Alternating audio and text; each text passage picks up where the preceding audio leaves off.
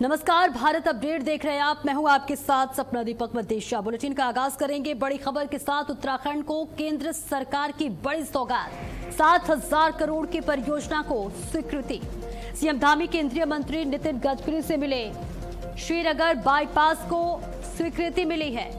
लक्सर पुरकाजी मार्ग 4 लेन बनाया जाएगा। ये बहुत बड़ी सौगात बताई जा रही है। 300 करोड़ की टनल को भी स्वीकृति। नीम करौली धाम के लिए 4 लेन सड़क बनाने का प्रस्ताव रखा गया है। तो बहुत बड़ी ये सौगात बताई जा रही है, जहां 300 करोड़ रुपए की टनल को भी स्वीकृति मिली है। नीम करौली धाम के लिए 4 लेन के लिए भी यहां बात की गई है। तो उत्तराखंड के लिए ये बहुत बड़ी सौगात बताई जा रही है। केंद्र सरकार की तरफ से उत्तराखंड को ये बहुत बड़ी पहल, जहां 7,000 करोड़ रुपए की परियोजना है। सीएम धामी केंद्रीय मंत्री नितिन गडकरी से मुलाकात की है। श्रीनगर बाईपास को स्वीकृति मिली है। इसके अलावा लक्सर पुरकाजी मार्ग 4 लेन बनाया जाएगा। 300 करोड़ रुपए की टनल की भी यहां पर स्वीकृति मिली है। तो तमाम उन श्रद्धालु और पर्यटकों के लिए भी ये पहल बताई जा रही है जो अक्सर जाम के झाम में फंस जाते थे। लेकिन अब इस सौगात के बाद उन तमाम मुश्किलों से छुटकारा मिलेगा। 7,000 करोड़ रुपए की ये परियोजना बताई जा रही है। तो उत्तराखंड के लिए ये बहुत बड़ी सौगात, जहां 7,000 करोड़ रुपए की परियोजनाओं को स्वीकृति मिली है। राज्यों को केंद्र सरकार की ये बहुत बड़ी सौगात बताई जा रही है, जहां मुख्यमंत्री पुष्कर सिंह धामी ने केंद्रीय मंत्री नितिन गडकरी से मुलाकात की।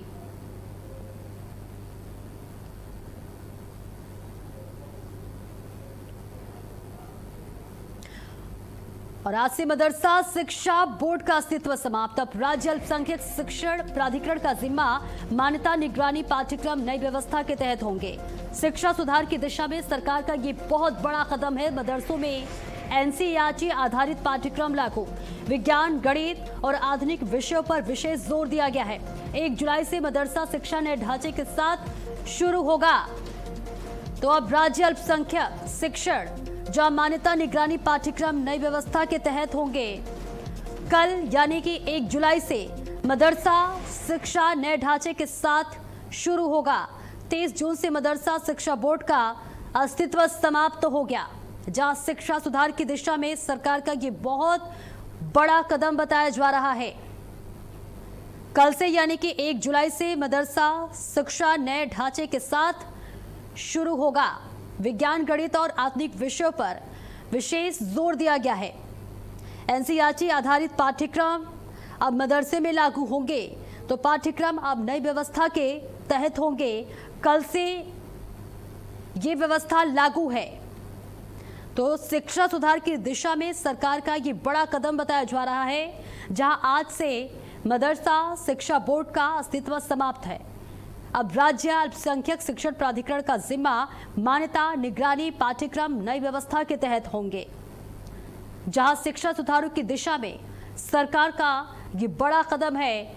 मदरसों में एनसीईआरटी आधारित पाठ्यक्रम लागू होंगे और अब नई तरीके से पढ़ाई होगी। विज्ञान, गणित और आधुनिक विषयों पर विशेष जोर दिया जाएगा।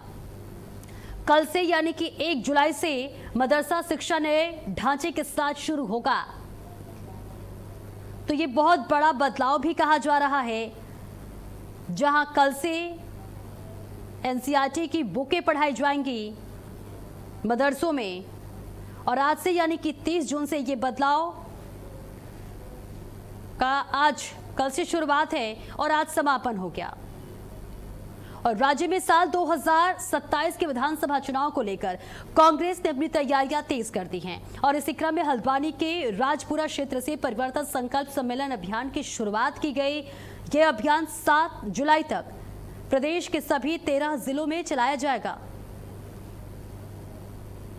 जहां 13 जिलों में चलाया जाएगा, जिसमें कांग्रेस नेता जनता के बीच जाकर संवाद करेंगे।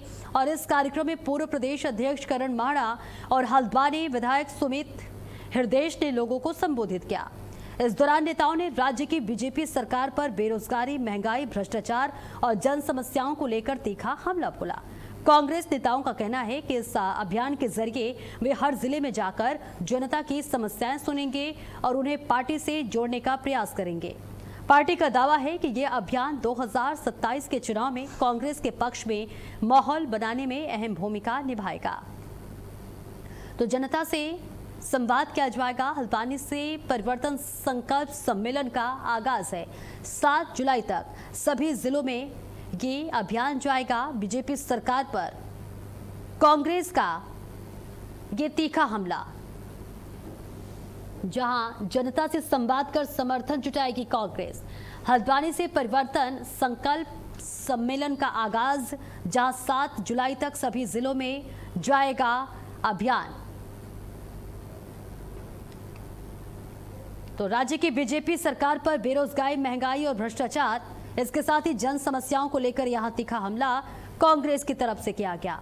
कांग्रेस नेताओं का कहना है कि इस अभियान के जरिए वे हर जिले में जाकर जनता की समस्याओं को सुनेंगे और उन्हें पार्टी से जोड़ने का प्रयास करेंगे। पार्टी का दावा है कि यह अभियान 2027 के चुनाव में कांग्रेस के पक्ष में माहौल बनाने में अहम भूमिका निभाएगा। तो हल्द्वानी से ये परिवर्तन यात्रा की शुरुआत है, जहां 7 जुलाई तक सभी जिलों में यह अभियान जाएगा और इसके साथ ही बीजेपी सरकार पर एक एक मुद्दे को लेकर यहां कांग्रेस ने तीखा हमला बोला और साथ ही जनता से संवाद कर समर्थन जुटाने की रणनीति बनाई गई। तो हल्द्वानी से परिवर्तन संकल्प यात्रा की शुरुआत हो चुकी है, जिसकी तस्वीर आप तक साझा कर रहे हैं। बीजेपी सरकार पर कांग्रेस का ये तीखा पलटवार सामने आया है। हल्द्वानी से परिवर्तन संकल्प सम्मेलन का आगाज हो चुका है। 7 जुलाई तक सभी जिलों में यह अभियान जाएगा, जहां जनता की समस्याओं को सुना जाएगा और पार्टी से जोड़ने का कार्य किया जाएगा। कांग्रेस नेताओं का कहना है कि इस अभियान के जरिए वे हर जिले में जाकर जनता की समस्याओं को सुनेंगे और उन्हें पार्टी से जोड़ने का प्रयास करेंगे। पार्टी का दावा है कि ये अभियान 2027 के चुनाव में कांग्रेस के पक्ष में माहौल बनाने में अहम भूमिका निभाएगा। तो उत्तराखंड में 2027 विधानसभा चुनाव के मद्देनजर ये रणनीति कांग्रेस की तरफ से बनाई जा रही है। साथ ही ये यात्रा तमाम जिलों में जाएगा और जनता की समस्याओं को सुना जाएगा, उनकी परेशानियों को सुना जाएगा। तो जनता से संवाद कर समर्थन जुटाने की ये रणनीति कांग्रेस की तरफ से, जहां हल्द्वानी से परिवर्तन संकल्प यात्रा का आगाज हो चुका है। 7 जुलाई तक सभी जिलों में यह अभियान जाएगा।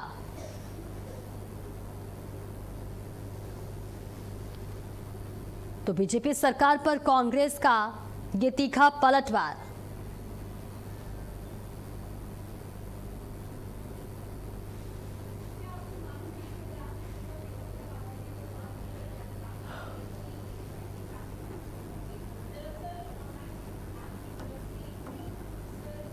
उत्साह देखने को मिल रहा, पब्लिक उमड़ रही है और लोग सुन रहे हैं बातों को, तो उससे ऐसा लगता है कि लोगों ने मन बना लिया है कि परिवर्तन करें। भारतीय जनता पार्टी अगर बेईमानी ना करे बिहार की तरह, महाराष्ट्र की तरह, तो निश्चित है कि कांग्रेस की सरकार बनेगी। क्या क्या नहीं कर रहे हैं, भर्ती घोटाले, पेपर लीक, अंकिता भंडारी, संतरेसा, सल्ट, चमोली, उत्तरकाशी की 4 वो बहनें, बलात्कार जहाँ हो रहे हैं बीजेपी का नेता, हत्या हो रही है बीजेपी का कार्यकर्ता, भर्ती घोटाले हो रहे हाकम सिंह बीजेपी का जिला पंचायत। आखिर किस किस पाप को छिपाएंगे? केवल और केवल हिंदू और मुसलमान का नैरेटिव पैदा करके भारतीय जनता पार्टी चुनाव जीतना चाहती।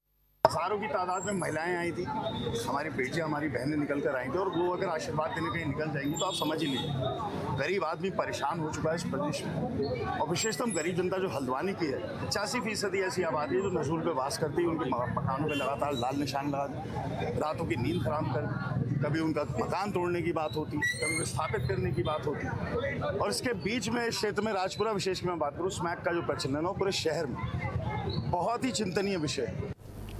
और राज्य में स्वास्थ्य सेवाओं को आधुनिक और मजबूत बनाने की दिशा में बड़ा कदम उठाया गया है। इसको लेकर नई दिल्ली के कर्तव्य भवन में भारत सरकार के स्वास्थ्य एवं परिवार कल्याण मंत्रालय और उत्तराखंड सरकार के बीच एक समझौता ज्ञापन पर हस्ताक्षर किए गए।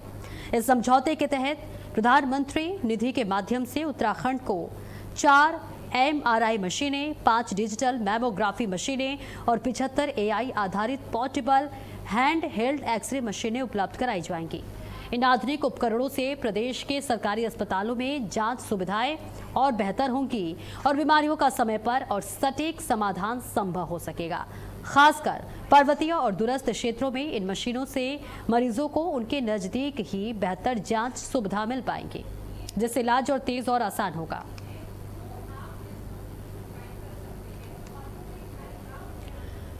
हरिद्वार में केतन हत्याकांड के पीड़ित परिवार से मिलने जा रहे भीम आर्मी के कार्यकर्ताओं को पुलिस ने रोक लिया। कार्यकर्ता टिहरी जाने की कोशिश कर रहे थे, लेकिन शंकराचार्य चौक पर भारी पुलिस बल और पैरामिलिट्री फोर्स तैनात कर दी गई। पुलिस ने बैरिकेडिंग लगाकर सभी वाहनों को आगे बढ़ने से रोक दिया। भीम आर्मी के कार्यकर्ता पीड़ित परिवार से मिलने की मांग पर अड़े रहे। किसी भी स्थिति से निपटने के लिए इलाके में सुरक्षा व्यवस्था कड़ी कर दी गई और भारी पुलिस बल तैनात है।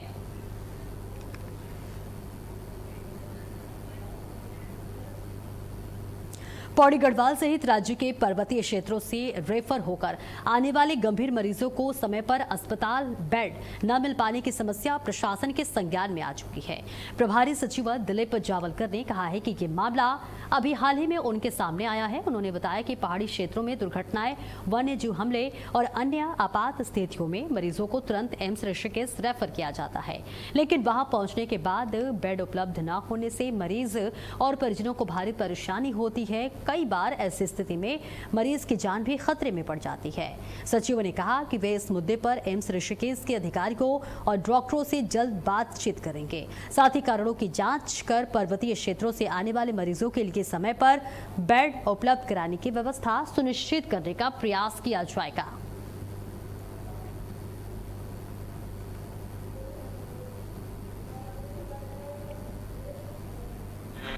प्रभारी सचिव के नाते यह संज्ञान में मेरे अभी यहाँ पर चीज लाई गई है और मैं एम्स के हमारे जो संबंधित डॉक्टर हैं उनके साथ वार्ता करूंगा और इस क्या समस्या का समाधान के लिए अनुरोध भी करेंगे और राज्य सरकार से भी कोई अगर उसमें आवश्यक मदद की आवश्यकता है तो हम लोग उसको उपलब्ध कराएंगे। चमोली में स्वच्छ भारत मिशन के तहत गांव में बनाए गए कूड़ेदान अब ग्रामीणों के लिए बड़ी परेशानी बन रही है। लाखों रुपए की लागत से बनाए गए कूड़ेदान अब सफेद हाथी साबित हो रहे हैं, क्योंकि गांव से कचरे का नियमित उठान नहीं हो पा रहा है। नारायण बगड़ के पंती स्थित सेग्रीगेशन सेंटर पर कचरे के निस्तारण के लिए कॉम्पैक्टर मशीन लगाई गई है और ब्लॉक मुख्यालय पर कूड़ा वाहन भी उपलब्ध हैं, लेकिन जमीनी स्तर पर व्यवस्था ठीक से काम नहीं कर रही है। कई गांव से कचरा समय पर नहीं उठने के कारण कूड़ेदान पूरी तरह भर चुके हैं और कचरा सड़ने से तेज बदबू फैल रही है। ग्रामीणों का कहना है कि इस बदबू और गंदगी के कारण रास्ते से गुजरना मुश्किल हो गया है और स्कूली बच्चों को भी परेशानी का सामना करना पड़ रहा है।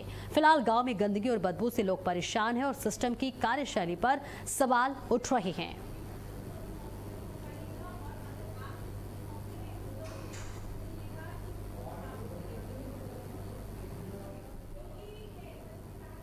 सेग्रीगेट करके कॉम्पैक्टर में ला करके और उसको जो है कॉम्पैक्ट किया जाता है और उसको फिर आगे सेल कर दिया जाता है।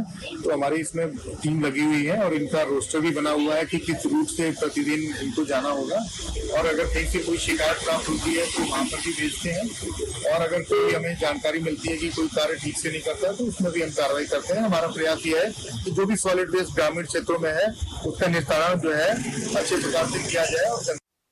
और ये व्यवस्था, जैसा मैंने बात जिला पंचायत में भी बहुत गंभीरता से इस विषय पर चर्चा हुई, इसमें व्यवस्था तीनों स्तर की पंचायतों के काम बटे हुए हैं, लेकिन ये शिकायत मुख्य रूप से आई है कि जो मिडिल टीयर हमारा क्षेत्र पंचायत, जिसको ग्रामीण क्षेत्र में जो रोड हेड पर कूड़ा है उसको उठा के जिला पंचायत द्वारा स्थापित कॉम्पैक्टर तक लाया जाना है, वो व्यवस्था थोड़ा सुचारू रूप से चल नहीं पा रही है। तो जैसा डीएम साहब ने आज निर्देशित किया है, आज मैं सीडीओ सर के साथ इस बारे में बैठूंगा और जो ब्लॉक लेवल पर गाड़ी दी गई है, पहले भी यद्यप कई पत्र गए हुए हैं, उनका रोस्टर बना करके उसका व्यापक प्रचार प्रसार करके ताकि सूखा कूड़ा वहां लाया जा सके, इस दिशा में काम आगे बढ़ाया जाए। और देहरादून के प्रेमनगर में पिछले साल मानसून के दौरान आई आपदा में हाईवे का पुल पूरी तरह से क्षतिग्रस्त हो गया था, जिसके बाद से लोगों को नदी में बनाए गए अस्थायी रास्ते से आवाजाही करनी पड़ रही है। और अब पुल के पुनर्निर्माण का काम तेजी से चल रहा है और कैबिनेट मंत्री सतपाल महाराज ने मौके पर पहुंचकर कार्यों का निरीक्षण किया। मंत्री ने बताया कि पुल के मरम्मत और सुरक्षा कार्य पर लगभग 16 करोड़ रुपए की लागत आ रही है और करीब 95% काम पूरा हो चुका है।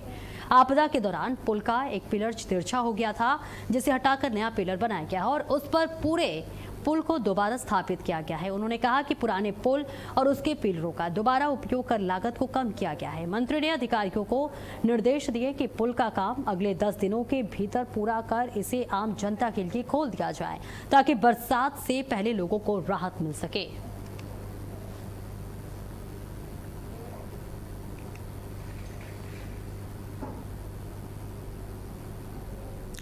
तो बारिश से पहले लोगों को यहां राहत की तैयारी देने की बात की जा रही है। प्रेमनगर पुल पर 10 दिन में चालू होगा। 16 करोड़ रुपए की लागत से इसका पुनर्निर्माण किया जा रहा है। मंत्री सतपाल महाराज ने इसका जायजा लिया, निरीक्षण करते नजर आए, जिससे किसी को कोई भी दिक्कत या परेशानी ना हो। बारिश से पहले लोगों को राहत की तैयारी यहां पर दी जा रही है। प्रेमनगर पुल 10 दिन में चालू होगा, यानी मानसून के एंट्री से पहले ये खास तैयारी की जा रही है, ताकि पर्यटकों को खासतौर से कोई भी दिक्कत या परेशानी ना हो। जहां मंत्री सतपाल महाराज ने निरीक्षण किया, जायजा लेते हुए नजर आए, तो बारिश से पहले लोगों को राहत देने की तैयारी हो रही है। ये तस्वीर आप तक साझा कर रहे हैं, जहां प्रेमनगर पुल 10 दिनों में चालू होगा। 16 करोड़ रुपए लागत बताई जा रही है। इस पुनर्निर्माण के पीछे मंत्री सतपाल महाराज ने कहा है कि किसी भी तरह की कोई भी दिक्कत या परेशानी ना हो, जिसके लिए ये पहल की जा रही है।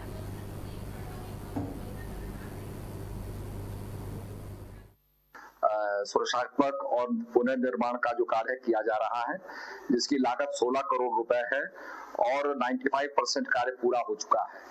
इसके अंदर एक पिलर जो है बादल फटने से डिविएट हो गया था, तिरछा हो गया था, तो उस पिलर को निकाल करके दूसरा पिलर बना करके पूरे ब्रिज को उस पर रख दिया गया है। पुराने जो हमारे पुल थे और जो उसके पिलर्स थे, उन्हीं का दोबारा इस्तेमाल करके और इस दाम को कम किया गया है, इसकी जो खर्चा जो है कम किया गया है। पुल 10 दिन के अंदर चालू हो जाएगा, बरसात से पहले आम जन के लिए खोल दिया जाएगा। चमोली जिले के थराली में स्वास्थ्य विभाग की कथित लापरवाही का मामला सामने आया है। प्रसव पीड़ा होने पर महिला को सामुदायिक स्वास्थ्य केंद्र थराली लाया गया था। परिजनों का आरोप है कि अस्पताल पहुंचने के बावजूद करीब 3 घंटे तक उनका चेकअप नहीं किया गया। अस्पताल में स्त्री रोग विशेषज्ञ नहीं होने के कारण उन्हें दोपहर में कर्णप्रयाग अस्पताल रेफर किया गया। परिजनों का कहना है कि रास्ते में नारायण बगड़ के पास 108 एम्बुलेंस में ही महिला की मौत हो गई। उनका आरोप है कि एम्बुलेंस में ऑक्सीजन सिलेंडर जैसी जरूरी सुविधा भी मौजूद नहीं थी। कर्णप्रयाग अस्पताल पहुंचने पर डॉक्टरों ने महिला को मृत घोषित कर दिया। परिजनों और ग्राम प्रधान ने मामले की निष्पक्ष जांच, दोषियों पर कार्रवाई और बच्चों की मदद की मांग की है। फिलहाल शव का पोस्टमार्टम कराया जा रहा है और मामले की जांच की जा रही है।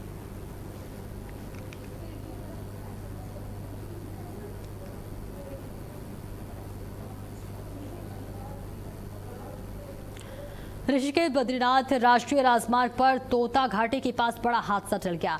पहाड़ी से अचानक एक भारी बोल्डर चलती कार पर गिर गया। पत्थर कार के अगले हिस्से पर गिरने से वाहन बुरी तरीके से क्षतिग्रस्त हो गया।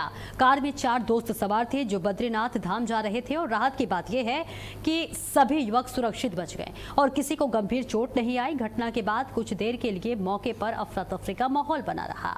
स्थानीय लोगों ने यात्रियों से बारिश के मौसम में पहाड़ी रास्तों पर बेहद सावधानी बरतने की अपील की है।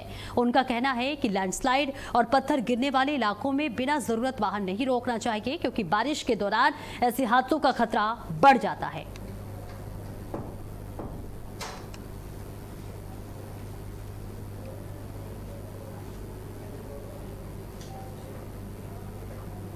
और चलिए आगे बढ़ते हैं। राज्य में मानसून को लेकर तैयारियां तेज हो गई हैं। मुख्यमंत्री पुष्कर सिंह धामी के निर्देश पर राज्य में आपदा प्रबंधन की तैयारियों को परखने के लिए मॉक ड्रिल कराई जा रही है।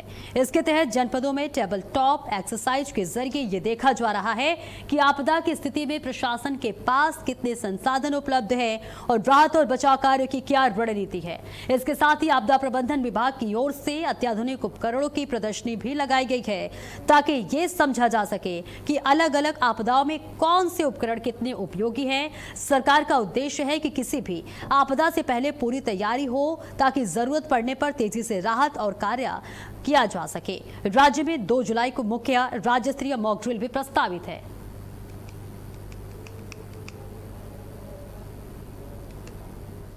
माननीय मुख्यमंत्री जी के निर्देश पर यह मॉक ड्रिल का आयोजन किया जा रहा है। यह मॉक ड्रिल का आयोजन मेन मॉक ड्रिल हमारी 2 जुलाई को है। आज टेबल टॉप एक्सरसाइज है। इस टेबल टॉप एक्सरसाइज के माध्यम से हम यह देखने का प्रयास करेंगे कि हमारे जनपद, हमारे विभाग, हमारे अधिकारीगण, हमारे कर्मचारीगण, सर्च रेस्क्यू करने वाले हमारे जो संस्थान हैं, संगठन हैं, वो कितना तैयार हैं और किस प्रकार से वो रिस्पांस कर पाते हैं। इस मॉक ड्रिल में एक चीज़ और हमने करने की कोशिश की है कि जहाँ पर आमतौर पर आपदा आती है उन स्थानों पर मॉक ड्रिल का आयोजन किया है। जहां पे बार बार हम मॉक ड्रिल करते थे उन स्थानों को छोड़ा है इस बार, क्योंकि वहां के लोग काफ़ी हद तक जानकारी उनको हो गई है। राज्य में चारधाम यात्रा लगातार जारी है और अब तक बड़ी संख्या में श्रद्धालु धामों के दर्शन कर चुके हैं। हालांकि मानसून की शुरुआत के बाद यात्रा में थोड़ी कमी देखने को मिल रही है। इस बीच पर्यटन मंत्री सतपाल महाराज ने श्रद्धालुओं से अपील की है कि वे यात्रा के दौरान जल्दबाजी न करें और बीच बीच में आराम लेते हुए आगे बढ़े, ताकि ऊंचाई वाले क्षेत्रों में शरीर को अनुकूल होने का समय मिल सके। पर्यटन मंत्री ने यात्रा व्यवस्था से जुड़े सभी अधिकारियों और कर्मचारियों की सराहना करते हुए कहा कि सभी के सहयोग से यात्रा सुचारू रूप से चल रही है। उन्होंने श्रद्धालुओं से अपील की है कि वे यात्रा के दौरान शांति और सावधानी बनाए रखें और सुरक्षित यात्रा का लाभ लें। सबसे मेरा आग्रह ये होगा कि जो 60 से ऊपर के जो उम्र वाले हैं वो थोड़ा सा ब्रेक देते हुए, क्लाइमेटाइजेशन करते हुए जाएंगे, रास्ते में विराम देते हुए जाएंगे यात्रा को, तो उनकी यात्रा जो है और भी मैं समझता हूं कि हेल्थ पॉइंट ऑफ व्यू से ठीक रहेगी। यमुनोत्री के अंदर 6,24,998 लोगों ने दर्शन प्राप्त किए हैं। गंगोत्री में 6,70,499, केदारनाथ में 13,61,160, बद्रीनाथ के अंदर 13,76,861, हेमकुंड साहब में 1,07,090। ये कुल मिलाकर के 4 धाम के अंदर 41,93,608 यात्रियों ने दर्शन प्राप्त किए हैं। फिलहाल इस बुलेटिन में इतना ही। खबरों का सिलसिला लगातार जारी है।